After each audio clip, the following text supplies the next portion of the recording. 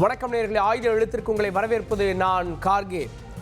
அதிமுக பாஜக கூட்டணி அமைத்த பிறகு யாரெல்லாம் அந்த கூட்டணிக்கு வருவாங்க அப்படின்ற கேள்விகள் போயிட்டு இருந்தப்போ அமித்ஷா கூட்டணி ஆட்சி அப்படின்னு சொன்னதுலேருந்து அதிமுகவுடைய ரியாக்ஷன் என்ன அப்படின்ற கேள்விகள் வந்தது. இதற்கு மத்தியில் அண்ணாமலை என்னை பொறுத்த வரைக்கும் நான் பாஜக ஆட்சி அமையணும்னு சொல்லுவேன் அப்படின்னு அண்ணாமலை அவர்கள் சொல்ல இன்னும் இந்த கேள்வி வலுப்பெறுகிறது. கூட்டணி ஆட்சி அப்படின்றத தாண்டி பாஜக ஆட்சின்னு சொல்கிறாங்களா அப்படின்றப்போ நயினார் நாகேந்திரன் அதற்கு பதில் சொல்கிறாரு, இல்லை இது கூட்டணி கட்சிகளுடைய ஆட்சி அப்படின்னு நீங்கள் கூட புரிஞ்சுக்கலாம் அப்படின்னு நயினார் நாகேந்திரன் இதற்கு பதில் சொல்லுகிறார். ஆனால் டெல்லிக்கு மோடி, தமிழ்நாட்டுக்கு இபிஎஸ் அப்படின்னு தான் சொல்லப்பட்டிருக்கு அப்படின்னு திரு ஆர்பி உதயகுமார் உள்ளிட்டவங்க சொல்ல, தமிழ்நாட்டில் அமைவது அதிமுக ஆட்சி தான், இபிஎஸ் தலைமையிலான ஆட்சி தான் ராஜேந்திர பாலாஜி உள்ளிட்டவங்கெல்லாம் சொல்கிறாங்க. இது ஒரு புறம் கூட்டணி ஆட்சி அப்படின்ற பெயரில் அதிமுகவுக்கு நெருக்கடியான ஒரு புறம். இன்னொரு புறம் திமுக கூட்டணி, எங்கள் கூட்டணி இன்டாக்டாக இருக்குன்னு சொல்லக்கூடிய கூட்டணி, ஆனால் நாங்கள் இந்த முறை அதிக தொகுதிகளில் நிற்க விரும்புகிறோம், அதற்காக சீட் கேட்போம் அப்படின்னு மார்க்சிஸ்ட் கம்யூனிஸ்ட் கட்சி திரு சண்முகம் அவர்கள் கேட்கிறார். அதே போல் திரு திருமாவளவன் நாங்கள் எல்லா தேர்தல்களையும் அதிக இடங்களை கேட்போம், இந்த தேர்தலையும் கேட்போம் அப்படின்னு திரு திருமாவளவன் சொல்கிறாரு. கூட்டணி பேச்சுவார்த்தைக்கு முன்பாகவே இந்த ரெண்டு கட்சிகளும் திமுக கூட்டணியிலிருந்து இந்த குரலை கொடுத்திருக்கிறது. கூடுதல் சீட் கொடுக்க வேண்டிய நெருக்கடி திமுகவுக்கு ஏற்பட்டிருக்கிறதா, இரண்டையுமே விவாதிக்கிறோம். கூடுதல் சீட், கூட்டணி ஆட்சி, கழகங்களுக்கு கூட்டணி கட்சிகள் நெருக்கடியா அப்படின்னு சிறப்பு விருந்தினர்கள் இணைகிறார்கள். மூத்த பத்திரிகையாளர் திரு தாமோதரன் பிரகாஷ், நிகழ்ச்சிக்கு அவரை வரவேற்கிறேன். வலதுசாரி திரு எம் குமார், அவரையும் நிகழ்ச்சிக்கு வரவேற்கிறேன். அரசியல் விமர்சகர் திரு ராஜகம்பீரன் அப்பாஸ், அவரையும் நிகழ்ச்சிக்கு வரவேற்கிறேன். வழக்கறிஞர் திரு சேலம் மணிகண்டன், அவரையும் நிகழ்ச்சிக்கு வரவேற்கிறேன். நான் முதல்ல திரு ராஜகம்பீரன் அப்பாஸ், திரு ராஜகம்பீரன் அப்பாஸ், கூட்டணி ஆட்சி பற்றிலாம் நிறைய நம்ம பேசிட்டோம். ஆனால் புதிதாக உருவாகி இருப்பது அப்படின்றது கூடுதல் சீட் கேட்கின்றன திமுக கூட்டணி கட்சிகள் அப்படின்றதான புதிய செய்தியாக இருக்குது. ஏன் ஒரு கட்சி இல்லை, ரெண்டு கட்சி ஒரே குரலில் சொல்கிறாங்க, நாங்கள் இந்த முறை அதிக சீட் கேட்போம் அப்படின்னு. கூட்டணிகள் கூடுதல் சீட் கேட்கிறார்கள் என்பது ஏதோ ஆச்சரியப்படத்தக்க ஒரு விஷயமே அல்ல. எப்பொழுதுமே தங்களுடைய கட்சி வலிமை அடைந்து விட்டது, எங்களுக்கான அதிகாரம் உரிமை எங்களுக்கு கூடுதலாக வேண்டும் என்று கேட்பது என்பது ஏற்கனவே உள்ள நடைமுறை தான். இது ஒன்றும் புதிதான ஒரு விஷயம் அல்ல. ஏற்கனவே மார்க்சிய கம்யூனிஸ்ட் கட்சி, இந்திய கம்யூனிஸ்ட் கட்சி, விசிகா போன்ற கட்சிகள் எல்லாம் 10க்கும் மேலான தொகுதிகளை பெற்றிருக்கிறார்கள். குறைந்தபட்சம் 10 தொகுதி, 12 தொகுதி வரைக்குமே பெற்றிருக்கிறார்கள். பழைய இடத்திலே இருந்து கடந்த சட்டமன்ற தேர்தலிலே வெறும் 6 தொகுதி மட்டுமே வழங்கினார்கள். அதை நாங்கள் கொள்கைக்காக ஏற்றுக்கொள்கிறோம், அது எங்களுக்கு அதிருப்தி இருந்தாலும் நாங்கள் கூட்டணிக்காகவும் கொள்கைக்காக ஏற்றுக்கொள்கிறோம் என்றுதான் திருமாவளவன் போன்றவர்கள் சொன்னார்கள். மீண்டும் நாங்கள் ஒரு 10 தொகுதிக்கு 12 தொகுதி கேட்போம்ங்கிறது அவங்களுடைய உரிமை சார்ந்த விஷயம். இது ஒரு நட்பு முரண் தானே தவிர இது ஒரு பகை முரணாக நாம் கட்டமைக்க முடியல. கடந்த தேர்தலுக்கு இந்த தேர்தலுக்கு எந்த மாற்றம் இல்ல. எத்தனை கட்சி வெளியில போயிருக்கு கூடுதல் இடங்கள் கேட்க. இன்னும் சொல்லணும்னா கமல் கட்சி உள்ள வந்திருக்கு. அப்போ அவங்களுக்கே சீட் பிரிச்சு கொடுக்க வேண்டிய தேவை இருக்குல்ல, எப்படி கூடுதலா கிடைக்கும்? இல்ல, அதாவது ஏன் கடந்த முறை கூட்டணி கட்சிகளுக்கு தொகுதியை குறைவாக கொடுத்தார்கள்னா வெற்றி வாய்ப்பை உறுதி செய்ய வேண்டும். கூட்டணி கட்சிகள் சில இடங்கள்ல அதாவது எப்பொழுதுமே என்னன்னா திமுக அதிமுக போன்ற பெரிய கட்சிகளுக்கு குருவி கூடுகட்ட அஞ்சுகிற குக்கிராமங்களிலே கூட கிளைக்கழகங்கள் இருக்கும். எல்லா ஊர்களிலுமே அவங்களுக்கு கிளைக்கழகம் இருக்கும். சில கட்சியெல்லாம் என்னவா இருக்கும்னா, நீங்க திண்டிவனத்துல இருந்தா திருச்சியில இருக்காது, ஊருக்குள்ள இருந்தா சேரிக்குள்ள இருந்தா ஊருக்குள்ள இருக்காது. சில கட்சிகள் தொழிற்சங்கங்கள் வலிமையா இருக்கிற இடங்கள்ல, தொழிற்சாலைகள் இருக்கிற இடங்கள்ல கட்சி கம்யூனிஸ்ட் கட்சி ரொம்ப வலிமையானதாக இருக்கும். விவசாய சங்கங்கள் இருக்கிற இடத்துல வலிமையா இருக்கும். நகர்ப்புறங்களுக்கு வருகிற போது அந்த கட்சிக்கு போதுமான அங்கீகாரங்களோ பெரிய அளவில் ஆட்களோ இருக்க மாட்டாங்க. அப்ப கட்சியினுடைய கிளைக்கழகங்கள் பரவலாக இருக்கக்கூடிய, கட்டமைப்பு பரவலாக இருக்கக்கூடிய இடங்கள்ல வெற்றி வாய்ப்பு உறுதி செய்வது என்கிறதா அதனுடைய நோக்கம். இது ஒரு அரசியல் வியூகம் தான். அதனால அவர்களை குறைத்து மதிப்பிடுவது ஆகாது. கம்யூனிஸ்ட் கட்சிகளையோ அல்லது விடுதலை சிறுத்தைகள் மாதிரியான அம்பேத்கரிய இயக்கங்களையோ குறைத்து மதிப்பிடுவதாகாது. வெற்றி வாய்ப்பை உறுதி செய்வதற்காகவும் இன்றைக்கு ஜனநாயகம் என்பது வெறும் ஜனநாயகமாக இல்லை, அது வீட்டுக்கு வீடு பட்டுவாடா பண்ற ஒரு விஷயமாக நடைமுறையில் மாறி இருக்கிறது. அதை நாம் எவ்வளவுதான் பூசி மறைத்தாலும் யதார்த்தத்தில் என்னவாக இருக்கிறதுனா பெரிய அரசியல் கட்சிகள் மட்டும்தான் தேர்தலை சந்திக்க முடியும் என்கிற நிலைமை வந்திருக்கிறது. போராட்ட களத்திலே நிற்கக்கூடிய கட்சிகள் தேர்தல் அரசியல் என்று வருகிற போது மிகப்பெரிய பின்னடைவை சந்தித்து விடுகிறார்கள். சிறிய கட்சிகள் போராட்டங்களை பெரிய அளவிலே முன்னெடுப்பாங்க. அதாவது அது டங்ஸ்டன் போராட்டமா இருக்கலாம், எந்த போராட்டங்களாக இருக்கட்டும், நீங்க சிறிய கட்சிகள் தான் முதன்மை வைப்பார்கள். சிபிஎம் தான் அந்த டங்ஸ்டன் போராட்டம் அதெல்லாம் கணக்கில் வச்சுதான் பெரிய கட்சிகள் தங்களுடைய சின்னத்திலேயே சிறிய கட்சிகளை நிற்க வைக்கிறாங்க. அதுவே ஒரு கேள்விக்குறியாகுதுல, அது பெரிய மனோபாவம் அப்படின்னு. அது பெரியண்ணன் மனோபாவம் என்பது அல்ல. மக்களிடத்திலே போய் புதிதாக ஒரு சின்னத்தை, அறிமுகமான சின்னத்தை மக்களிடத்திலே கொண்டு போய் சேர்ப்பதற்கு மிக குறைந்த நாட்களிலே தேர்தல் வருகிறது, கடும் கோடை காலத்திலே வருகிறது, சுவர்களிலே எழுதி முடிப்பதற்குள்ள தேர்தல் முடிந்து விடுகிறது. அந்த சின்னத்தை மக்களிடத்திலே கொண்டு போய் சேர்ப்பதற்குள்ளேயே பல சிரமங்கள், நடைமுறை சிரமங்கள் இருக்கிறது. கட்சிக்காரர்களுக்கு உற்சாகமாக வேலை செய்வதற்கு, வெற்றியை உறுதி செய்வதற்கு சின்னம் ஒரு தடையாக மாறிவிடக் கூடாது என்கிற ஒரு ராஜதந்திர நடவடிக்கை தான் அது.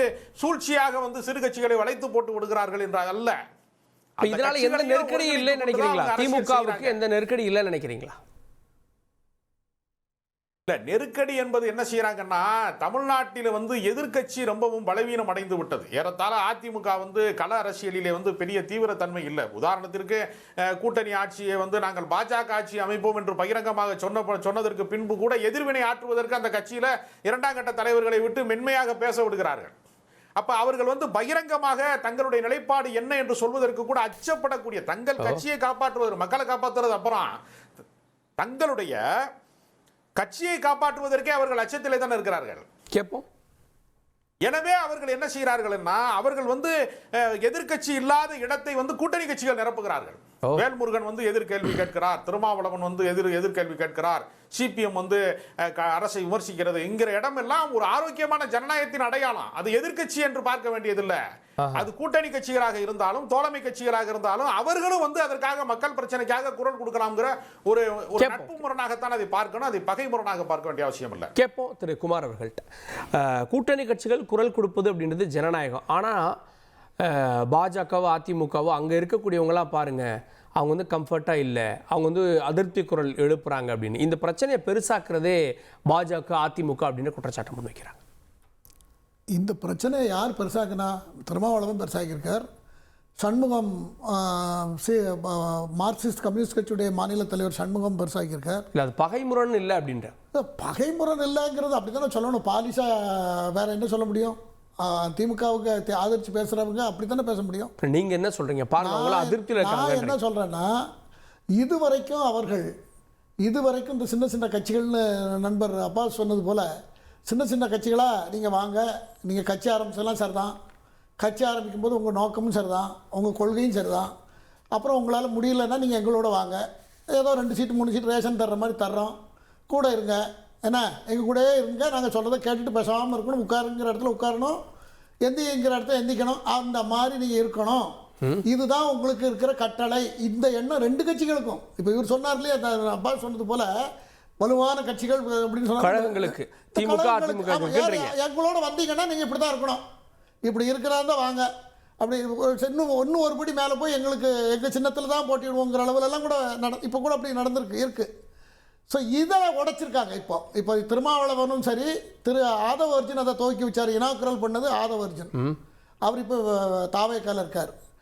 இது இப்போது மக்கள்கிட்ட இவங்களுக்கு இவங்க களிக்கு ரெக்கம் முளைச்சிட்டு ஆற்ற விட்டு பறந்துட்டுது அப்படின்னு சிவாஜி படத்தில் வந்தது போல் இவங்க இப்போ என்ன நினைக்கிறாங்கன்னா, நாங்கள் எங்களுக்கு அதிக சீட்டு கொடுங்க, எங்களுக்கும் ஒரு அங்கீகாரம் வேணும், எங்களுக்கும் ஆட்சியில் பங்கு வேணும், அதிகாரத்தில் பங்கு வேணும்னு ஆரம்பித்தாங்க. இப்போதைக்கு இப்படி இருக்காங்க. ஒருவேளை அதிக சீட்டுக்கு எப்படி வாங்கிடுவாங்கன்னு தான் நான் நினைக்கிறேன். எப்படின்னா இவங்க 2 பேருமே சேர்ந்தாங்கன்னா, 2 communist right and left Thirumavalavan, இப்போ இவங்கெல்லாம் சேர்ந்து வாங்கிட்டாங்கன்னா எல்லாருமே கேட்க ஆரம்பிப்பாங்க. அப்போ திமுகவுக்கு கொடுக்குற கூடுதல் சீட்டு வாங்குவாங்களா, ஆட்சி அதிகாரத்தில் பங்கு வாங்குவாங்க? அது கூடுதல் சீட்டு வாங்கினா தானே ஆட்சி அதிகாரத்தில் பங்குக்கிட்டே போக முடியும். கூட வாங்கி அவங்க ஜெயித்தா அதில் ப்ராக்டிக்கலாக இவங்கெல்லாம் புதுசாக சேர்ந்தவங்க இல்லை, அவங்க 17லேருந்து ஒன்றா பயணிக்கிறாங்க. இருக்கட்டும் அப்படி இருக்காங்களேன்னு ஒரு அவங்களுக்குள்ள ஏற்கனவே இதே போல ஒரு நம்பர் 2021 எலெக்ஷன்ல ஃபார்ம் பண்ணியிருக்காங்க. எவ்வளோ பண்ணியிருக்காங்க சார். அவங்களும் நம்மளோட இருக்காங்க. நமக்கு அவங்களும் இப்போ திருமாவளவன் எடுத்துக்கங்க. திருமாவளவனுக்கு கிட்டத்தட்ட 18% மக்கள், பிற்படுத்தப்பட்ட மக்கள் ஓட்டுகள் இருக்கு. எல்லாத்துக்கும் அவர் தான் தலைவராக இருக்கார். ஓட்டு போடுறதுல வேற இடம் போடுவாங்க, அதெல்லாம் இருக்கட்டும். அதனால் அந்த சிறுபான்மையினருக்காக, அம்பேத்கர் இயக்கத்துக்காக, தலித்துக்காக, இந்த விஷயங்களுக்கு அவர் தான் தலைவராக இருந்து கொண்டு இருக்கிறார்.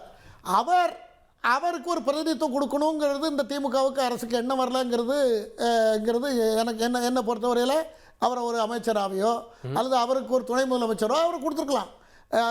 உதயநிதி ஸ்டாலினுக்கு துணை முதல்வர் என்னைக்கு கொடுக்க ஆரம்பித்தாங்களோ அன்னையிலேருந்து அந்த பிரச்சனையை ஆரம்பிச்சது. உதயநிதிக்கு என்னைக்கு ஆரம்பித்தாங்களோ அன்னைக்கு தான் ஆதவர்ஜுன் அதை ஆரம்பித்தார். அதனால் அந்த பிரச்சனையை இவர் சாதாரணமாக நினைக்கிறார். அது சாதாரணமானதல்ல. சீட் ஷேரிங், நோட் ஷேரிங் எல்லாம் வரும்பொழுது அது பெரிய பிரச்சனையாகும். சீட் ஷேரிங் பாதி, நோட் ஷேரிங். அவங்ககிட்ட நோக்கம் கரெக்டாக இருக்குது. நாங்கள் யார் வரணுன்றதை தாண்டி யார் வரக்கூடாதுன்றதில் உறுதியாக இருக்கோன்னு திரும்ப சொல்கிறார். கம்யூனிஸ்ட் கட்சிகளுக்கு அது மாறுபாடு இல்லை. அதிமுக பாஜக எந்த வகையிலும் வந்துடக்கூடாது அப்படின்றப்போ 10 கேட்குறவங்க 6ல் 7ல் கூட கமிட் ஆகலாம்ல. அது அவங்க எடுக்கிற தமிழ்நாடு முதலமைச்சரும் திமுக கட்சியும் எடுக்கிற முடிவு. இவங்க இப்போ இருந்தே ஆரம்பிக்க அதை மட்டும் இவங்க கேட்டுட்டு இருக்கல. என்ன கோரிக்கை என்னத்தை நிறைவேற்றிட்டாருங்கிறத சண்முகம் சொல்கிறார். என்ன திமுக இதை நிறைவேற்றிச்சா அதை நிறைவேற்றிச்சாங்கிறதெல்லாம் கட்சிக்குள்ளே போய் பைபாஸ் பண்ணுறார். அதே வார்த்தையை திருமாவளவனும் பயன்படுத்தியிருக்கிறார். ஆகையினால அது சாதாரண பிரச்சனை அல்ல. இன்றைக்கி அரசியலுக்காக சீட்டை அதிகமாக பெறுவதற்காக அவங்க அப்படி இப்படிமா பேசிகிட்டு இருக்காங்களே தவிர அது சாதாரண பிரச்சனை இல்லை. அது கொஞ்சம் பெரிய பிரச்சனை தான். அப்போ உள்ளுக்குள்ளே பெரிய பிரச்சனை தான் அது. தாமோதர் பிரகாஷ், திமுக கூட்டணிக்குள்ள பெரிய பிரச்சனை இருக்குது.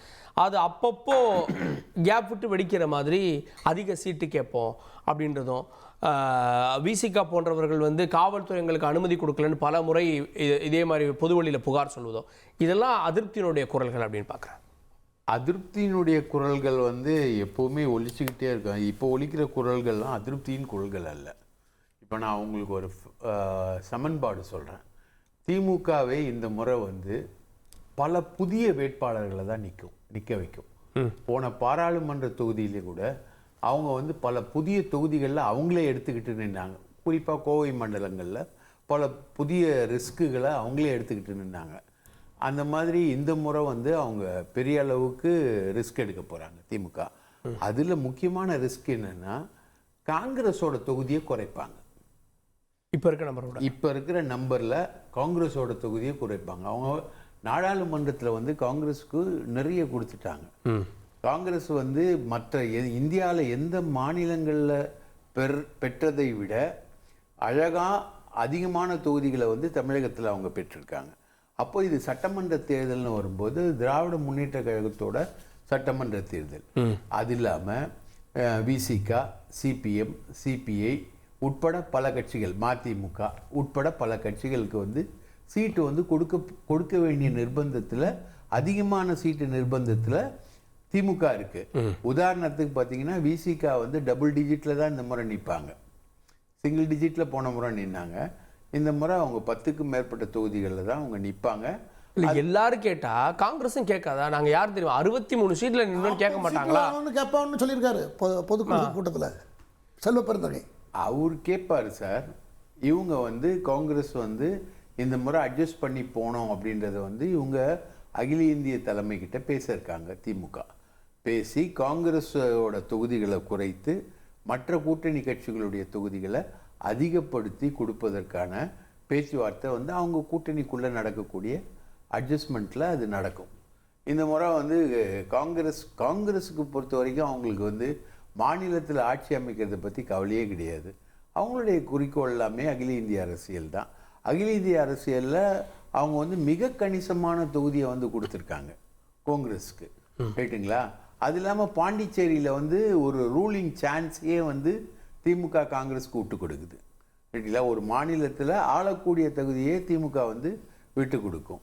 அந்த மாதிரி ஒரு அட்ஜஸ்ட்மெண்ட்டுக்கு அவங்க காங்கிரஸோட சட்டமன்ற தொகுதிகளை குறைச்சி விசிகாக்கும் சிபிஎம்க்கும் மற்ற கட்சிகளுக்கும் அவங்க அகாமடேட் பண்ணுவாங்க.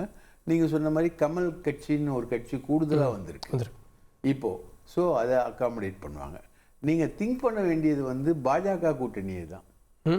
பாஜக அதிமுக கூட்டணி தான். இப்போ பாஜக கூட்டணின்னு அமித்ஷா சொல்கிறது தப்பே கிடையாது. பாஜக பல மாநிலங்களில் ஆட்சியில் இருக்கக்கூடிய கட்சி. அந்த கட்சியுடைய தலைவர் தமிழ்நாட்டுக்கு பேசும்போது அவர் அப்படி தான் சொல்லுவார், பாஜக அதிமுக கூட்டணின்னு தான் சொல்லுவார். ஆனால் அந்த கூட்டணிக்குள்ளே வரக்கூடிய விஷயங்கள் என்ன, அந்த கூட்டணியில் இன்றைக்கி அண்ணாமலை போன்ற ஆட்கள் ஏற்படுத்தக்கூடிய சலசலப்பு என்ன, அதுதான். அண்ணாமலையோட சென்ஸ் என்பது வேற, அமித்ஷாவோட சென்ஸ் என்பது வேற. அண்ணாமலை நான் பாஜக கூட்டணி என்று தான் சொல்வேன் அப்படின்னு ஒரு மாநிலத்தில் இருக்கக்கூடிய ஒரு முன்னாள் மாநில தலைவர் சொல்வதற்கும், அகில இந்திய அளவில் பாஜக அதிமுக கூட்டணி அப்படின்னு அவர் சொல்றது. பாஜக 2 டோன் இருக்குன்னு சொல்ல வரீங்க? 2 டோன் இருக்கும். ஆனா இந்த 2 டோனுமே இல்லைன்னு அதிமுக சொல்லுது.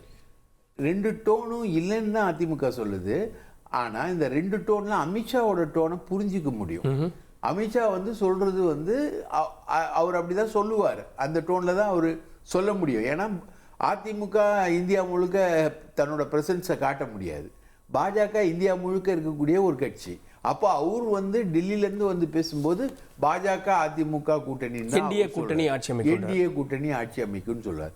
ஆனா அதை வந்து அண்ணாமலை எக்கோ பண்ணி அதை வேற டோன்ல சொல்றது இருக்கு இல்லையா, அது பாஜக அதிமுக கூட்டணி இன்னும் சிங்க் ஆகல.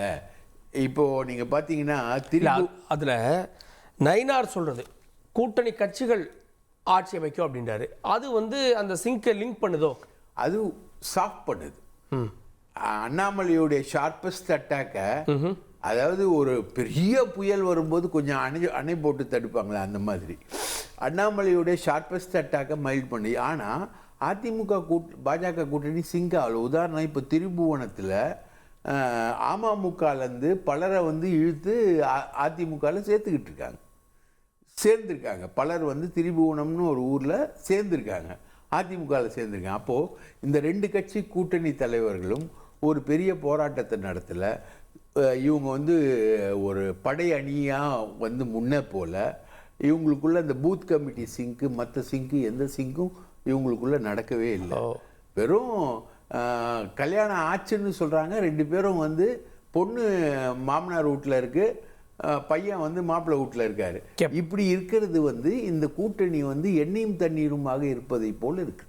ஓகே, கேட்போம். திரு மணிகண்டன், பாஜகலேயே 2 டோன் இருக்கு. அமித்ஷா சொல்றது ஒரு டோன்னா அண்ணாமலை சொல்றது வேற டோனா இருக்கு. அண்ணாமலை சொல்றது பாஜக ஆட்சின்னு. முதலுக்கே மோசம் இல்லையா? அதிமுக எப்படி பார்க்குது?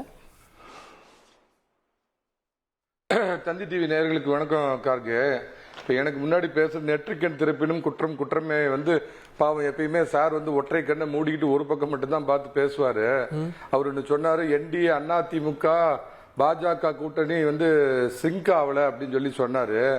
எதிர்பக்கம் இருக்கிற திமுக கூட்டணி பாத்தீங்கன்னா ஸ்ரிங்க் ஆகிட்டு இருக்குது. இப்போ உங்க ப்ரோக்ராமுக்கு வர்றதுக்கு முன்னாடி தான் அவங்க தந்தி டிவியில பார்த்தேன். என்ன நடக்குது அப்படின்னு பாத்தீங்கன்னா ஏற்கனவே தெரிஞ்சது தாங்க. சண்முகம் வந்து சிக்கல் சண்முகமா மாறிக்கிட்டு வராருங்க. சிறுத்தை வந்து அடங்கமறு அத்துமீறினு மியாவ் அப்படின்னு இப்பதான் குரல் ஆரம்பிச்சிருக்குது. இப்பதான் மரியாதைக்குரிய திருமாவளவன் அந்த கூட்டத்தில் பேசிட்டு இருக்காரு. என்ன சொல்றாரு அப்படின்னா, கூட்டணியிலிருந்து வெளியேறினால் யார் எங்களை என்ன செய்ய முடியும் அப்படின்னு கொஞ்சம் மியாவ் அப்படின்னு அடுத்த டோன்ல பேசுறாரு. அப்புறம் அப்படியே திடீர்னு பழைய காலத்து பாட்டு மாதிரி, எங்களுக்கும் காலம் வரும், காலம் வந்தால் வாழ்வு வரும், வாழ்வு வந்தால் அனைவரையும் வாழ வைப்போமே, துணை முதலமைச்சர்லாம் எங்களுக்கு இல்ல, பிரதமர் பதவி தான் எங்க கனவு அப்படின்னு ஒரே போடா. இப்ப மீட்டிங்ல லைவ்ல உங்க தந்தி டிவில இந்த இதுல நான் பார்த்தேன் கொஞ்ச நேரத்துக்கு முன்னாடி வர்றப்பீங்க. இப்ப இதுல என்ன விஷயம்னா, அதிமுக கூட்டணிக்கு நெருக்கடி எல்லாம் ஒண்ணு இல்லைங்க, ஒரு சின்ன கொசுக்கடி இருக்குது, ஒத்துக்கிறேன். அதிமுக தலைமையிலான பாஜகவை உள்ளடக்கிய நாளை இன்னும் பல கட்சிகள் வந்து சேரக்கூடிய அதிமுக கூட்டணிக்கு ஒரு சின்ன கொசுக்கடி இருக்குது, அதை நான் ஒத்துக்கிறேன். இந்த கூட்டணிங்கிறது திரு எடப்பாடி பழனிசாமிக்கு பேரை சொன்னாலே அதிருது இல்ல, அப்ப ஒருத்தருக்கு அதிரும் அந்த பேரை கேட்டாவே அப்படிங்கிற மரியாதைக்குரிய அமித்ஷா அப்படிங்கிற டெல்லி பாஷா 2 பேரும் உட்கார்ந்து 1 to 1 வடிவமைச்ச கூட்டணி. Mister Palaniswami 2026 for இவர்ஸ், 2029 for BJP அப்படிங்கிற ஒரு அந்த ஒற்றை புள்ளி அடிப்படையில் அமைச்சது. அதனால இந்த கூட்டணி ஆட்சி கிடையாதுங்க. நான் எழுதி தரேங்க, இந்த மூஞ்ச வச்சுட்டு நாளைக்கு மறுபடியும் எப்படி வந்து பேசுவாங்க. கொலிஷன் கவர்மெண்ட் எந்த இடத்துலயும் அமித்ஷா சொல்லல. என்டிஏ அப்படின்னு முதல்ல சொன்னார். அதுக்கு அடுத்தது பாஜக தன்னுடைய கட்சி பேர் சொன்னார். 3வது அதிமுக இதை சொன்னார். உதாரணத்துக்கு நாளைக்கு 4 கட்சி வருதுன்னு வச்சுங்க, தேமுதிக இது பாமக எல்லாம் வந்ததுன்னா அப்ப அவங்க எல்லாருமே கூட்டணியில வருவாங்களா? கூட்டணி மந்திரி சபை கிடையாது. எடப்பாடி பழனிசாமி தலைமையில தான் இந்த ஒரே மந்திரி சபை அதிமுக அமைக்கும் அப்படிங்கறது நான் அடிக்கடி. அது போன வார பிரச்சனை சார். பாஜக கூட்டணியா பாஜக ஆட்சி அமைக்கிறதா என்னுடைய தனிப்பட்ட விருப்பம் அப்படின்னு அண்ணாமலை சொல்றாரு. அது இப்போ உருவாயிருக்கேன் வச்சுக்கிறேன். இப்ப கொங்கு வருவலுக்கு இனிமேல் தான் வரலான். அவர் யாருங்க? 30 பொதுக்குழு உறுப்பினர்கள்ல அவரு ஒரு பொதுக்குழு உறுப்பினர். பாஜக தலைமையால் எக்ஸ்டென்ஷன் கொடுக்கப்படாம அந்த பொறுப்பிலிருந்து விடுவிக்கப்பட்ட ஒரு நபர். அவர் முதல்ல மாநில தலைவரா தேசிய திராவிட எங்கள் மாப்பிள்ளை நயினார் நாகேந்திரன் இருக்கிறப்ப 6ஆம் விரலா இங்க வந்து குரல் கொடுக்கிறதுக்கு அவருக்கு என்ன முதல்ல அதிகாரம் இருக்குது? அவர் ஒரு நீக்கப்பட்ட தலைவர். அவர் எக்ஸ்டென்ஷன் வாங்காத ஒரு தலைவர். அவர் வந்து யார் இதை பத்தி பேசுறதுக்கு? இது வந்து அதான் சொல்றேன், அவருக்கு ஒரு பர்சனல் அஜெண்டா இருக்குதுங்க. தன்னுடைய அஜெண்டா வச்சுட்டு இந்த கூட்டணியை 2024 கெடுத்து இந்த 2 கட்சியும் தோத்து போறதுக்கு காரணமா இருந்தது அண்ணாமலைங்கிற தனிப்பட்ட நபர்.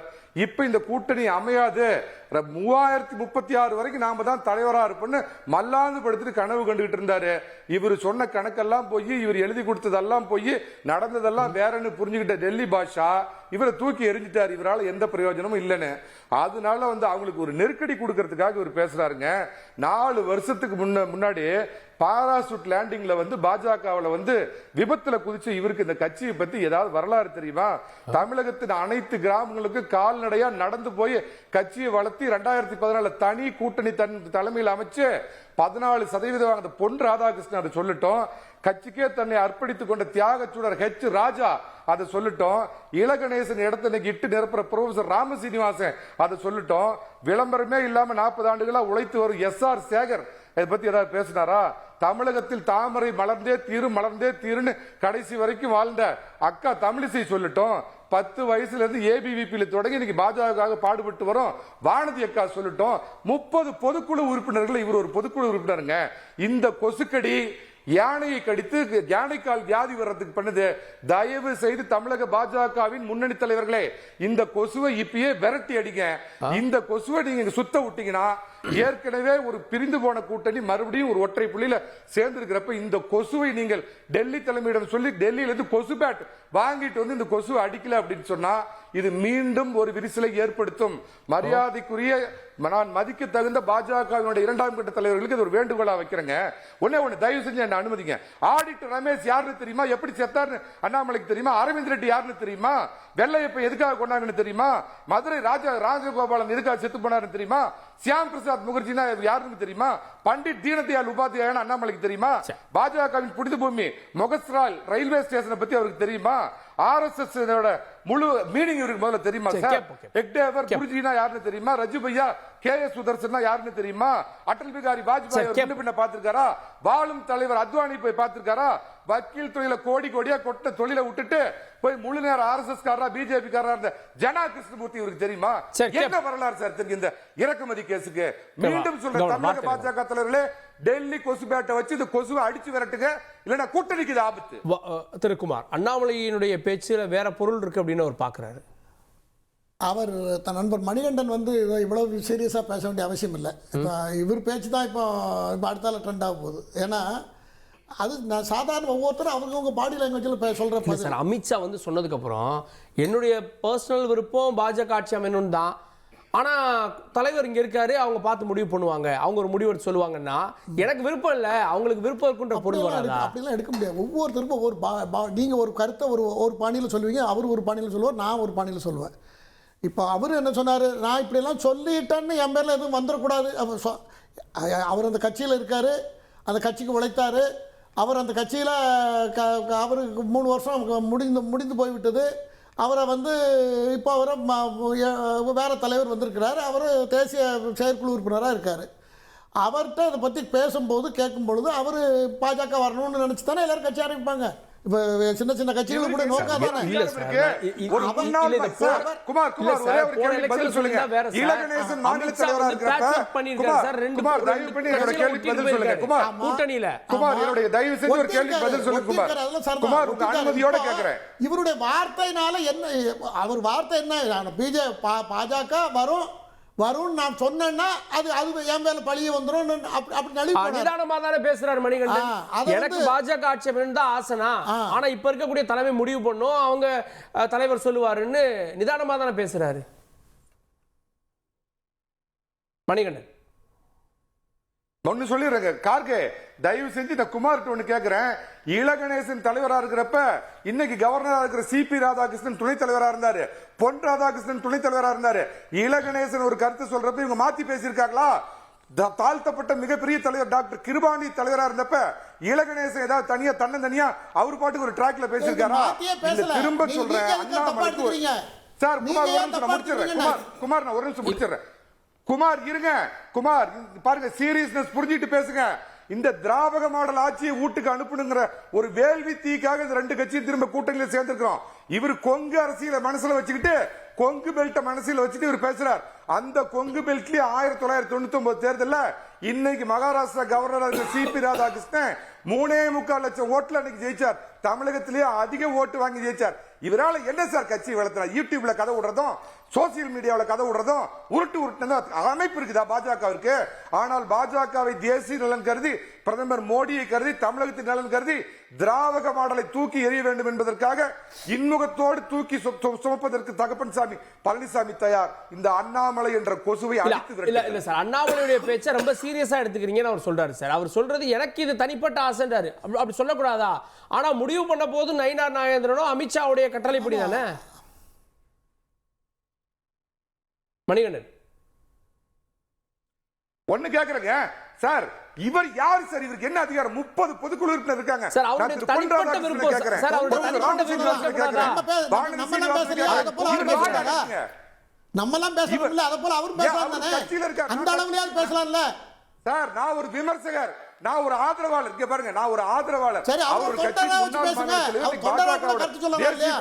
இல்ல அமித்ஷாவோட ஒரு பெரிய தலைவரா? தப்பா ஒண்ணும் சொல்லல. தப்பா அமித்ஷாவோட பெரிய தலைவரா? அவர் பேசுறத தப்பா இருக்கு.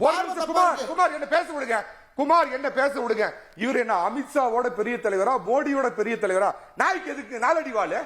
நோ வார்த்தையில கவனம் ப்ளீஸ். பண்ணி அவாய்ட் பண்ணுங்க. ராஜகம்பீரன் அண்ணாமலையினுடைய டோனை டிஃபர் பண்ணி பார்க்குறாங்க. ஆனால் வந்து இதை முடிவெடுக்க போகிறது அப்படின்றது தமிழ்நாட்டில் இருக்கக்கூடிய தலைவரும் தேசிய தலைமையும் சேர்ந்து தானே. இதில் ஏதாவது அரசியல் மாற்றம் இருக்குன்னு நினைக்கிறீங்களா? அமித்ஷா தான் இந்த குரலை முதலிலே முன்மொழிந்தார்.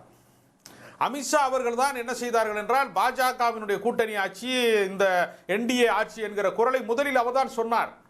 அதை பாஜக ஆட்சி என்று கொஞ்சம் விரிவாக பேசியிருக்கிறார் அண்ணாமலை. எனவே அண்ணாமலையின் மீது சீறுகிற சேலம் மணிகண்டன் போன்றவர்கள் அமித்ஷா மீது சீறுவதற்கு அவர்களுக்கு அச்சமாக இருக்கிறது.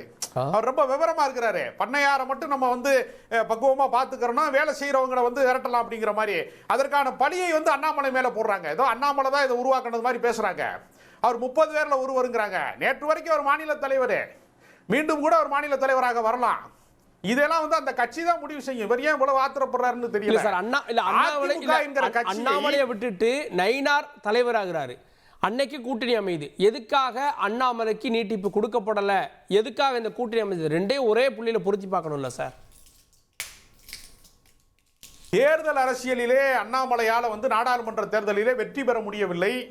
ஏற்கனவே தேர்தல் அரசியலிலே வெற்றி பெற்றவர் நயினார் நாகேந்திரன். இந்த தேர்தல் கணக்கிற்காகத்தான் அவங்க ஒரு மாற்றத்தை உருவாக்குறாங்க. அதிமுக கூட்டணிக்காகத்தான் அந்த கோரிக்கையை முன்வைக்கிறாங்க. வேற ஒன்றும் இதுல ஒன்றும் சொல்வதற்கு ஒன்றும் பெரிய ரகசியங்கள் அண்ணாமலை இருந்தா இந்த கூட்டணி சேர விட மாட்டாரு, அதிமுக சொல்லிதான் மாத்துனாங்க அப்படின்னு ஒரு பேச்சு அன்னைக்கு சொன்னாங்கல்ல. அது எந்த அளவுக்கு உண்மைன்னு தெரியாது. அண்ணாமலையின் மீது இவர்கள் பழி சொல்லுகிறார்களே தவிர அதிமுக பாஜக கூட்டணி வந்து அடிமட்ட தொண்டர்களுக்கு மத்தியில் அதிமுகவினுடைய கீழ்மட்டத்தில் அது இறங்கவே இல்லையே.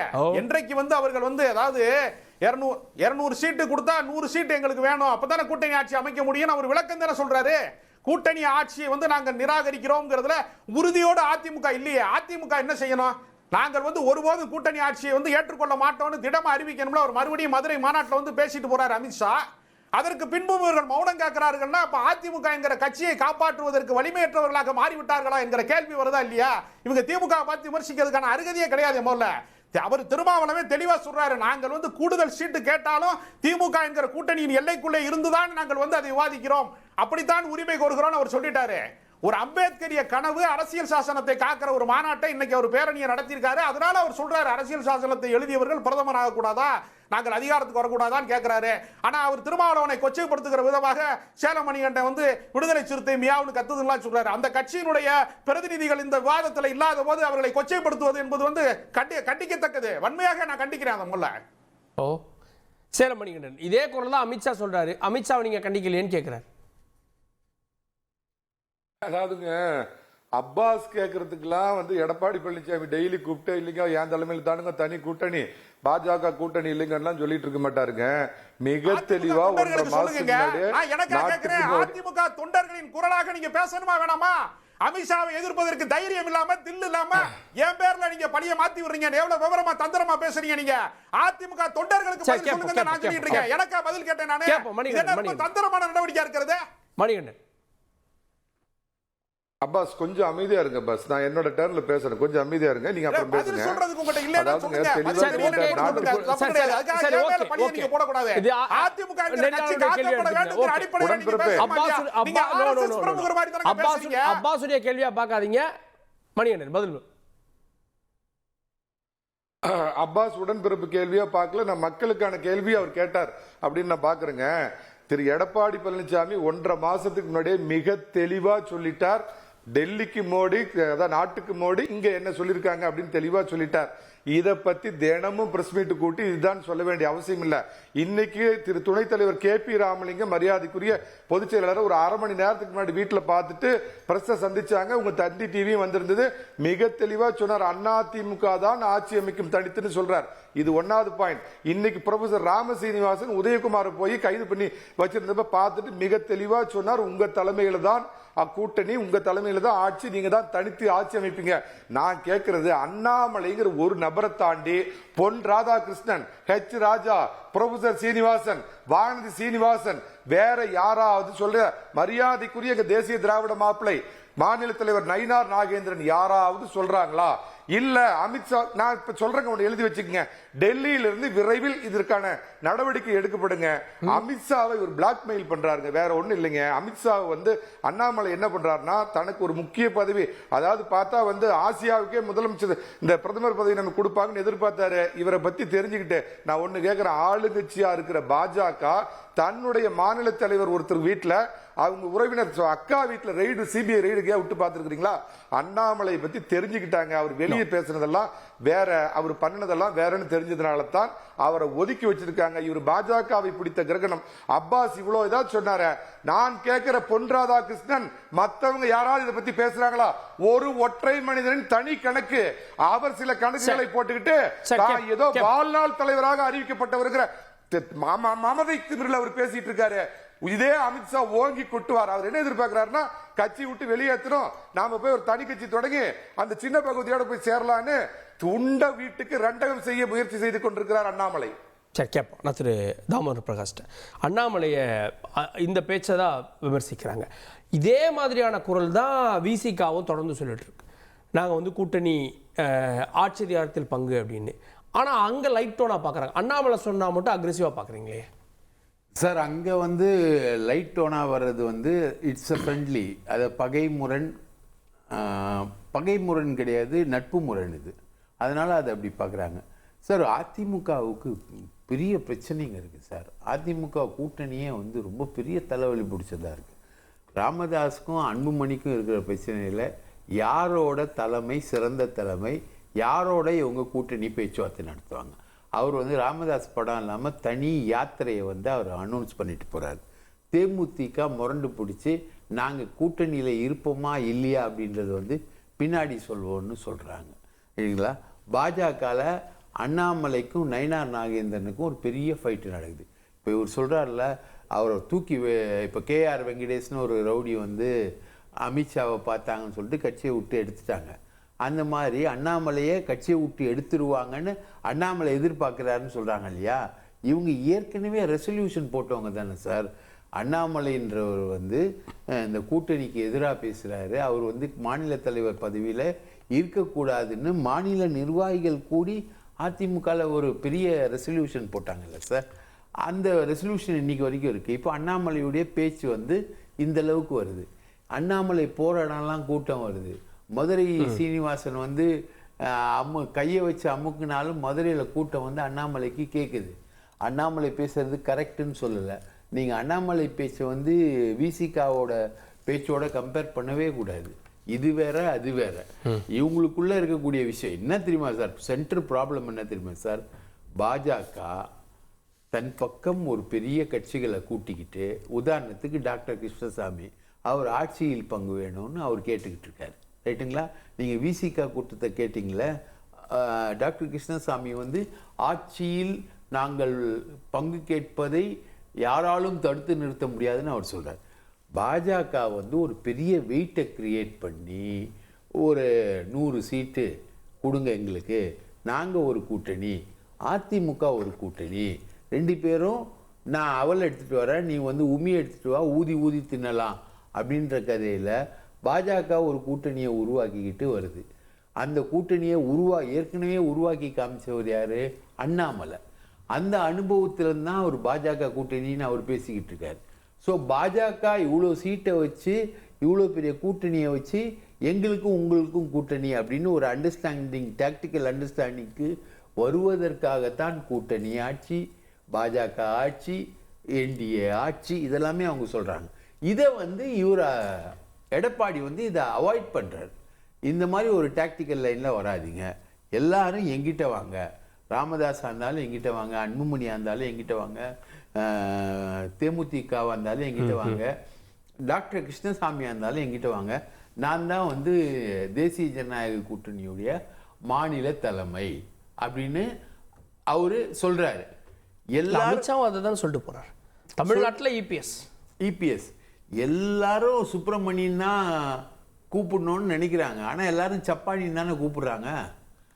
அந்த மாதிரி தான் எடப்பாடியுடைய இந்த ஸ்ட்ரோக்கை வந்து ஏற்றுக்கிறதுக்கு பாஜகவில் ஏற்கனவே அவங்க தனியாக நின்று 11% மேலே ஓட்டு வாங்கின அந்த கூட்டணி இருக்கு இல்லையா, அது ஒரு 11%. இவங்க வந்து பாஜகவுக்கு எதிராக கடந்த 2 வருஷம் நின்று இவங்க வாங்கின 20%. இந்த ரெண்டுமே வந்து சேராமல் கொள்ளாமல் எண்ணெயும் தண்ணியும் மாதிரி தான் அதிமுக கூட்டணி நிற்குது. இது எலெக்ஷனுக்கு போனாலும் இந்த அளவுக்கு தான் இருக்கும். சேலம் மணிகண்டன் வந்து ஆர்எஸ்எஸ் பிஜேபியிலேருந்து வந்தவர், அவருக்கு நிறைய ஆர்எஸ்எஸ் பிரின்சிபல்ஸ் எல்லாம் தெரியுது, தலைவர்கள் பேரெல்லாம் தெரியுது, எல்லாம் தெரியுது. அது வந்து இந்த பேச்சை டைவர்ட் பண்ணக்கூடிய ஒரு விஷயம். ஆனால் இந்த பேச்சோட ரியல் அம்சம் என்னன்னா, பாஜக தன் பக்கம் கூட்டணி கட்சிகளை சேர்த்து கொண்டு அதிமுகவை மிரட்டுகிறது.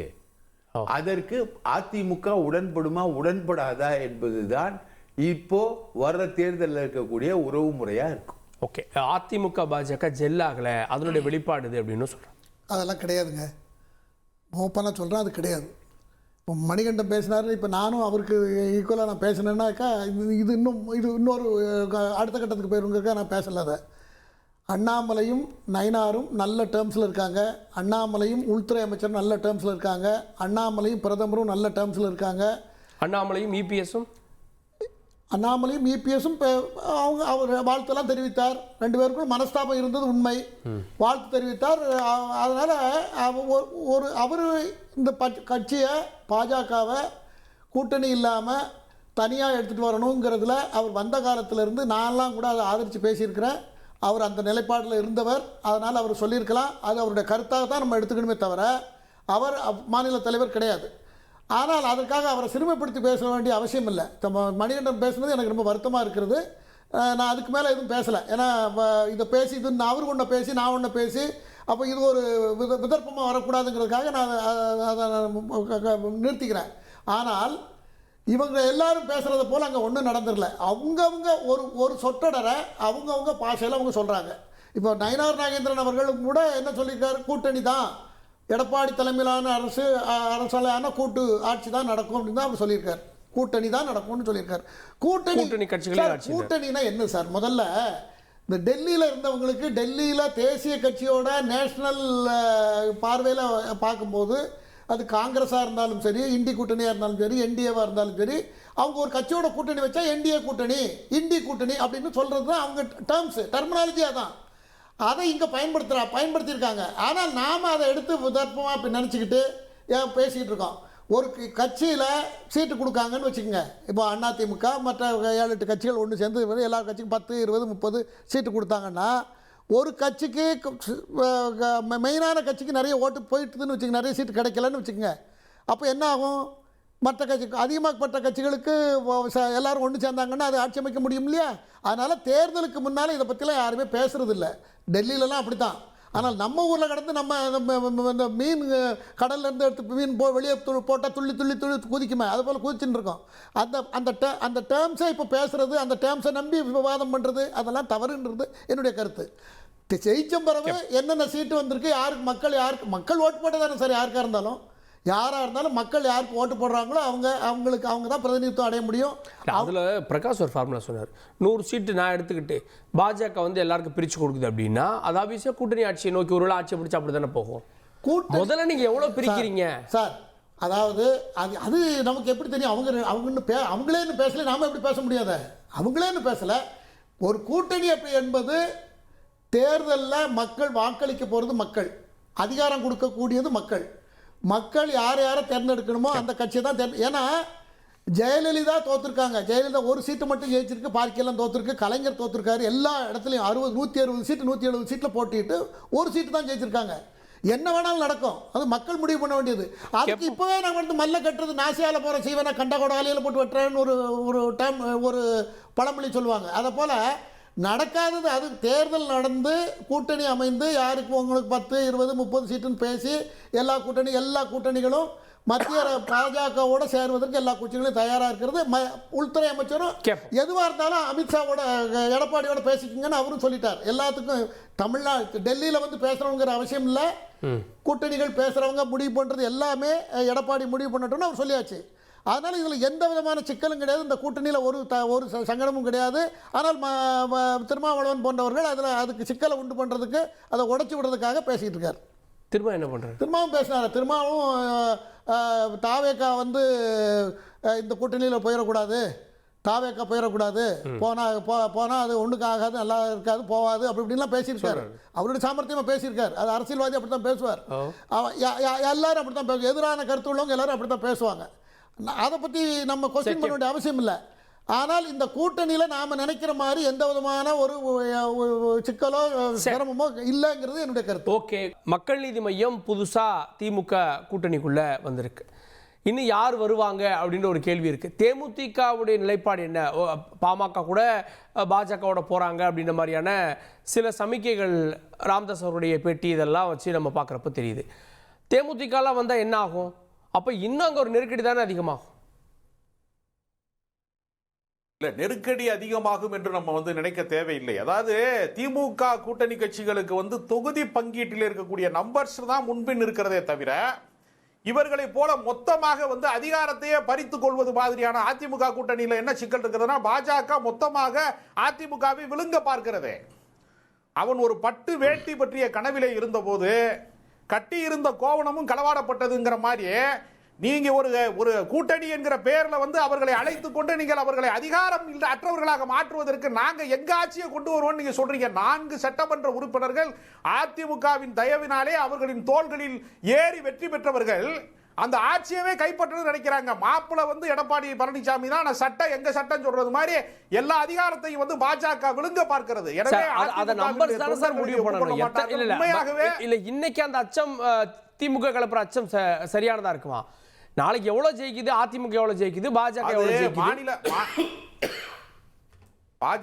பாஜகவினுடைய விசாரணை அமைப்புகளுக்கு அஞ்சி அவர்கள் எல்லாவற்றையும் விட்டு கொடுத்து விட்டார்கள். ஆட்சியில் வந்து ஏற்கனவே முழுக்க சரணடைந்த ஒரு ஆட்சியை நடத்தினார்கள். இப்பொழுது கட்சியையும் வந்து அவர்கள் வந்து முழுமையாக பறிகொடுக்கக்கூடிய ஒரு அவல நிலைக்கு ஆளாக இருக்கிறார்கள். எனவே திமுக கூட்டணியில் சலசலப்பு இல்லை. கமலஹாசன் வந்தாலும் சரி, தேமுதிக வந்தாலும் வரலைனாலும் சரி, தேமுதிக வந்து ஒரு டிசைடிங் அத்தாரிட்டிக்கான இடத்தை வந்து இழந்து விட்டார்கள். 1% கீழான வாக்கு வங்கி போயிட்டாங்க.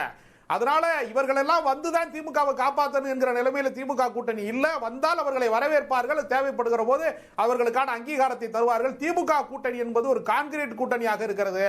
அதிமுக கூட்டணிங்கிறது எப்பொழுது வேண்டுமானாலும் கலைந்து போகிற கூட்டணியாக இருக்கிறது. அது என்ன சொல்றாங்கன்னா, இறுதி நேரத்தில் சீட்டுகளை வைத்து திமுக கூட்டணி இப்படியே இருக்குமா அப்படின்னு ஒரு சந்தேகத்தை எழுப்புறாங்களே. திமுக கூட்டணிக்குள்ள எவ்வளவுதான் நாங்கள் வந்து விமர்சனம் வைத்தாலும், உரிமையை சார்ந்து எங்களுக்கு கூடுதல் கோரிக்கை வைத்தாலும் அந்த எல்லைக்குள்ளே, அந்த மைதானத்துக்குள்ளே தான் நாங்கள் நிற்போம்னு திருமாவளவன் தெளிவா சொல்லிட்டாருங்க. இதுக்கு மேல என்ன விளக்கம் வேணும்? திருமாவளவன் சொல்லிட்டாரு கூடுதல் சீட்டு கேட்போம், அதுக்காக திமுக விட்டு நாங்க வெளியே வர மாட்டோம்னு மிக தெளிவாக திருமாவளவன் சொல்லிட்டாரு. அதுதான் வந்து சிபிஎம் உடைய நிலைப்பாடாகவும் மற்ற கூட்டணி கட்சிகளின் நிலைப்பாடாக இருக்கிறது. வேல்முருகனை வந்து வெளியேறி வந்துருவாரு அப்படின்னு எல்லாரும் சொன்னாங்க. ஆனால் அவர் என்ன செய்தார்? இந்த ஆட்சி இன்னும் சிறப்பாக இருக்கணும்னு நான் விமர்சனம் செய்கிறேனே தவிர இந்த ஆட்சியை வீழ்த்துவதனுடைய நோக்கம் இல்லைன்னு வேல்முருகன் தெள்ள தெளிவா சொல்லிட்டாரு. திருமணிகண்டன்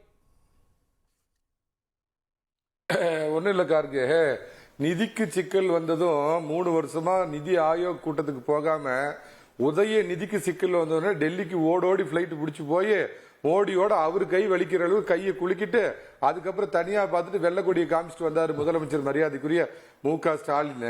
இதுதான் அவங்க பண்ணிட்டு இருக்கிறப்ப ஏதோ பிஜேபி வந்து ரெய்டு விடுதா, அதுக்கு பழனிசாமி பயந்துகிட்டாராம். அது பழனிசாமியின் கவலை, அதிமுகவின் கவலை, அப்பாஸ் கவலைப்பட வேண்டியதில்லை. தெளிவா சொல்லியாச்சு, அதிமுக தனித்து ஆட்சி அமைக்கும் அப்படின்னு. நான் இன்னொன்னு உங்க தந்தி டிவி மூலமா சொல்றேன், இன்னைக்கு சொல்றேன், அப்பாஸ் அறிவிக்கிற அன்னைக்கு அந்த இடத்துக்கு வர சொல்லுங்க. பாஜகவிற்கு அதோடைய உயரம் அறிந்து நாங்க 30 சீட்டு தான் கேட்போம்னு மரியாதைக்குரிய திரு அமித்ஷா அவர்கள் திரு எடப்பாடி பழனிசாமி சொல்லியிருக்கிறாரு. பாஜகவிற்கு அதிகபட்சம் 30 சீட்டு தான் அவங்க கேட்கறதே.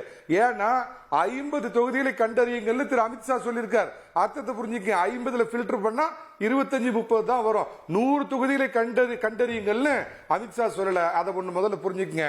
இப்ப பிரகாஷ் அண்ணன் சொன்னாரு, அதாவது அண்ணாமலைக்கு போற பக்கம்லாம் பயங்கர கூட்டம் வருதுன்னு. நான் ஒரு 2 நாளைக்கு முன்னாடி சென்னை போயிருந்தேன், பயங்கர கட்டுக்கடங்காத கூட்டம். என்னால என்னடா திமுகவுக்கு உள்ள கூட்டமான்னு பார்த்தா நம்ம அண்ணன் பிடிஆர் பழனிவேல் தியாகராஜன் பேசிக்கிட்டு இருந்தார். கட்டுக்கடங்காத கூட்டம், கலைஞர் எல்லாம் கிள்ளி முத்தம் கொடுக்குற மாதிரி அவர்கிட்ட எல்லாம் கை கொடுக்கறதுக்கு ஓடுறாங்க. அந்த மாதிரி பிடிஆர் பழனிவேல் ராஜனுக்கு ஒரு பெரிய கூட்டம் வந்துகிட்டு இருக்குதுங்க. எந்த கட்சியில் அடிச்சுக்கல, துரை வைகோவுக்கும் மல்லை சத்யாவும் மல்லு கட்டிக்கிட்டு 2 பேரும் 2 மாசம் முன்னாடி உருண்டாங்க, சரியாகி போச்சு. விடுதலை சிறுத்தை கட்சியில திடீர் லாட்டரி அதிபர் ஆதவ அர்ஜுனா வந்தாரு, அப்புறம் அவரை நீக்கி சரி பண்ணாங்க. இது தந்தை மகனுக்குள்ள நடக்கிற பிரச்சனை.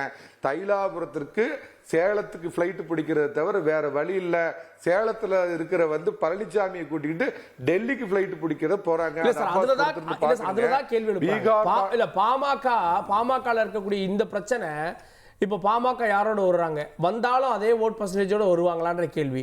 தேமுதிகக்கு ராஜ்யசபா சீட் கொடுக்குறேன்னு சொன்னாலும் நாங்க ஜனவரியில சொல்றோம்ன்றாங்க. இன்னும் செட்டில் ஆகாம இருக்குது உங்க கூட்டணி தானே சார்? கட்சி திரு அன்புமணி, நான் ஒரு அரசியல் பார்வையாளனா அந்த கட்சியை பத்தி நான் சொல்றது என்னன்னா, கட்சி முழுவதும் திரு அன்புமணி ராமதாஸ் அவர்கிட்ட இருக்குது. ஆனா வாக்கு வங்கி அப்படிங்கிறது திரு ராமதாஸ் இருக்குது. உயிரும் உடலும் சேர்ந்து வந்தால்தான் அந்த கட்சிக்கு எப்பயும் கிடைக்கிற மரியாதை கிடைக்கும். தனித்து அவங்க 2 பேரும் எதுவுமே சாதிக்க முடியாதுங்கிறத இங்க உட்காந்துட்டு பொதுவெளியில பேசுற அப்பாஸுக்கும் என்னை விட அந்த 2 டாக்டர்களும் இந்த பொதுவெளியில 2 பேரும் மூஞ்சில குத்தி அறுவை சிகிச்சை பண்றதை விட்டுட்டு ரூமுக்குள்ள உட்காந்து பேசி அதுக்கு வந்து டிஞ்சர்லாம் அடிச்சு போட்டு அதுக்கு நல்ல ஒரு யாராவது காஸ்மெட்டிக் சர்ஜனை கூட்டிட்டு வந்து சர்ஜரி பண்ணிட்டு பழைய ராஜ கம்பீரத்தோட அவங்க வரணும்னு கேட்டுக்கிறேங்க. பீகார் மாநிலம் போக இருக்குது, சொன்னது யாருங்கோ? எமர்ஜென்சி நினைவுபடுத்துகிறது, சொன்னது யாருங்கோ? 15 கோடி. ஆளும் கட்சி கூட்டணியில் இருந்தும் இன்று நடக்கும் இந்த மாநாட்டிற்கு எங்களுக்கு இதே தரல, அனுமதி தரல, கொடிக்கம்பத்திற்கான அனுமதி மறுக்கப்படுகிறது, சொன்னது யாருங்க? நம்ம அடங்குமீறு அத்துமீறு கட்சி. வைகோவிற்கு சீட்டு வழங்கப்படாதால் கடும் மனம் வருத்தத்தில் இருக்கிறோம், சொன்னது யாருங்க? நம்ம புலிகட்சி. எனக்கு இந்த கூட்டணியில் கொஞ்சம் கூட மரியாதையே இல்லை அப்படின்னு சொல்ற வேல்முருகன். எழுதி வச்சுங்க, இந்த 4 பேரும் சின்ன பகவதியோட போய் சேர போறாங்க. மூழ்க போற இந்த டைட்டானிக் கப்பல் அப்படிங்கிறது இது முழுக போகுது, எதிர்ப்பு அலை சுனாமியா வந்துட்டு இருக்குன்னு இவங்க எல்லாம் சின்ன பகவதி கிட்ட அங்க ரகசியமா பேசிட்டு இருக்காங்க.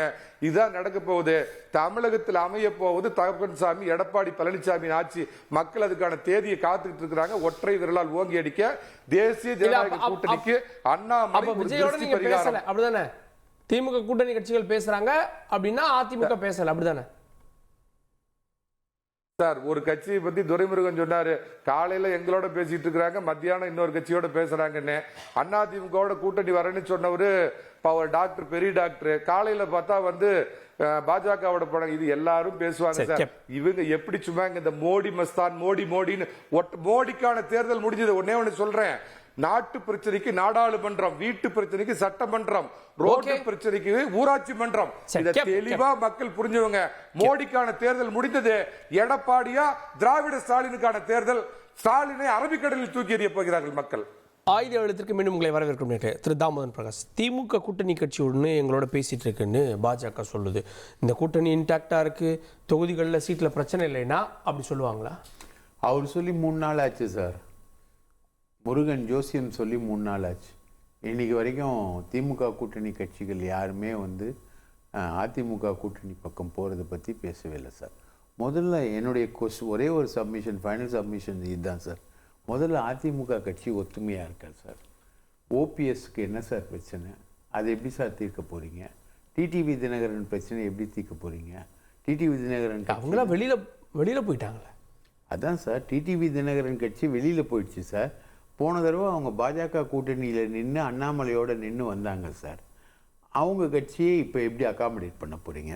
போன தடவை அண்ணாமலையோட கூட்டணி கட்சியில் நின்றுட்டு 11% வாங்கின ஓபிஎஸ், டிடிவி தினகரன், நம்ம ஜான் பாண்டியன், கிருஷ்ணசுவாமி, ஏசி சண்முகம், பாமக உட்பட இத்தனை கட்சி இருக்குது. இந்த கட்சிகளோட நீங்கள் ஏன் இன்னைக்கு வரைக்கும் கூட்டணி அனௌன்ஸ் பண்ணி 3 மாதம் ஆச்சு? நீங்கள் இந்த கட்சிகளோட நீங்கள் தான் தலைமை, மாநில தலைமை நீங்கள் தான். நீங்கள் இந்த கட்சிகளோட பேசுறதுக்கு என்ன இனிஷியேட் எடுத்தீங்க? ராமதாஸும் அன்புமணியும் முட்டிக்கிறாங்க, மோதிக்கிறாங்க. நீங்கள் அதில் என்ன இன்டர்ஃபியர் பண்ணீங்க? மற்ற கட்சிகளோட பேசுறதுக்கு என்ன முயற்சி எடுத்தீங்க? ஒரு இனிஷியல் பேச்சுவார்த்தை என்ன நடத்துனீங்க? 2 தடவை 3 தடவை வந்து நிர்வாகிகள் வந்து இப்போ கேபி ராமலிங்கம் வந்து உங்களை பார்த்தாரு, நயினார் நாகேந்திரன் வந்து உங்களை பார்த்தாரு. இதுவா சார் அரசியல்? பட் தேர்தலுக்கு இன்னும் காலம் இருக்குல்ல. இது கேளுங்க சார், இப்போது மாநிலங்களவை உறுப்பினரை தேர்ந்தெடுக்கும் போது திமுக தலைவர் அனைத்து கூட்டணி கட்சிகளோடையும் பேசுகிறார். அதில் தான் நீங்கள் கேட்குற கேள்வி வந்தது. அவர் வந்து வாஜ்பாய் அமைச்சரவையில் இடம்பெற்ற ஒருவர் வந்து எங்களோட பேசுகிறாரு, எங்களோட வந்து சேர்றாரு அப்படின்னா, வாஜ்பாய் அமைச்சரவையில் இடம்பெற்ற ஒருத்தர் யார்? மதிமுக தான். யாருக்கு வந்து ராஜ்யசபா சீட் மறுக்கப்பட்டது? மதிமுகவுக்கு மறுக்கப்பட்டு கமலுக்கு கொடுக்கப்பட்டது. கமலுக்கு கொடுக்கப்படுற இந்த பேரம் நடக்கும்போதே திமுக வந்து எல்லா கட்சிக்கிட்டையும் பேசுது சார். அதிமுகலேருந்து நான் தான் லீடரு, என் பின்னாடி தான் எல்லாரும் வரணும்னு நீங்கள் சொல்கிறீங்கல்ல, நெஞ்ச காட்டுறீங்கல்ல. நீங்கள் ஒரு கோஆர்டினேஷன் கமிட்டி அமைச்சிங்களா? ஒரு காமன் மினிமம் ப்ரோக்ராம்னு சொன்னாங்க, ரைட்டா? அமித்ஷா சொன்னார் ஒரு காமன் மினிமம் ப்ரோக்ராம் இருக்கும், சிஎம்பி இருக்குன்னாரு. அந்த காமன் மினிமம் ப்ரோக்ராம் அமைப்பதற்காக ஏதாவது ஒரு இனிஷியேட்டிவ் நீங்கள் எடுத்தீங்களா? பவர் ஷேரிங் அது வந்து முடியவே முடியாது அப்படின்னு சொல்கிறீங்க. அது உங்களுக்கு 1980 திமுக காங்கிரஸ் அனுபவம். காங்கிரஸ்காரன் முழுக்க திமுகவை தோக்கடிச்சாங்க, திமுககாரங்க முழுக்க காங்கிரஸை தோக்கடிச்சாங்க. இன்றைக்கி உங்கள் கட்சி 2ஆக உடஞ்சி கிடக்குது. ஓபிஎஸ் தனியாக இருக்கார், டிடிவி தனியாக இருக்கார், சசிகலா தனியாக இருக்கார். உங்கள் கட்சி வந்து தென் மாவட்டங்களில் இல்லவே இல்லை. முக்குளத்தூர் ஆதரவு உங்கள் கட்சிக்கு இல்லவே இல்லை. இதெல்லாம் இந்த பாஜக வச்சு பேலன்ஸ் பண்ணுறாங்கல்ல. நயினார் எதுக்கு வந்திருக்காரு சார்? பாஜக வந்து கொஞ்சம் தான் சார், நோட்டாவை தாண்டி கொஞ்சம் தான் சார் வந்திருக்காங்க. 11% சார். 11% கூட்டணி சார், இன்க்ளூடிங் பாமக. ஓகே. அப்போது நீங்கள் நான் பெரிய ஆள், நான் என் தலைமையில் தான், எடப்பாடி தலைமையில் தான் ஸ்டாலின் அரபிக்கடலில் உழுவார்னு சொல்கிறீங்களே, நீங்கள் என்ன இனிஷியேட்டிவ் எடுத்தீங்க? முதல்ல உங்கள் ட்ரெஸ்ஸை ஒழுங்காக பட்டன் போடுங்க சார், அதுக்கப்புறம் வந்து நீங்கள் மற்றவங்களை பற்றி பேசலாம். எம் குமார் சார், இப்போது நான் ஏற்கனவே அந்த ரோட்டில் சொன்னது தான் இப்பவும் சொல்கிறேன். அது அவங்க அந்த கூட்டணி பாஜக, அதிமுக, மற்ற கட்சிகள் கூட்டணியில் ஒரு குழப்பமும் இல்லை.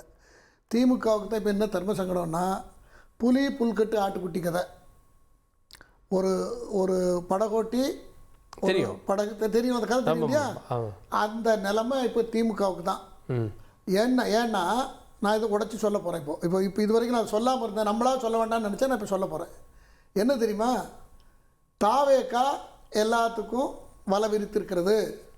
தாவேகா கூட திருமாவளவன் போகிறதுக்கு தயாராக இருக்கார். தாவேகா கூட காங்கிரஸ் போகிறதுக்கு தயாராக இருக்கிறது.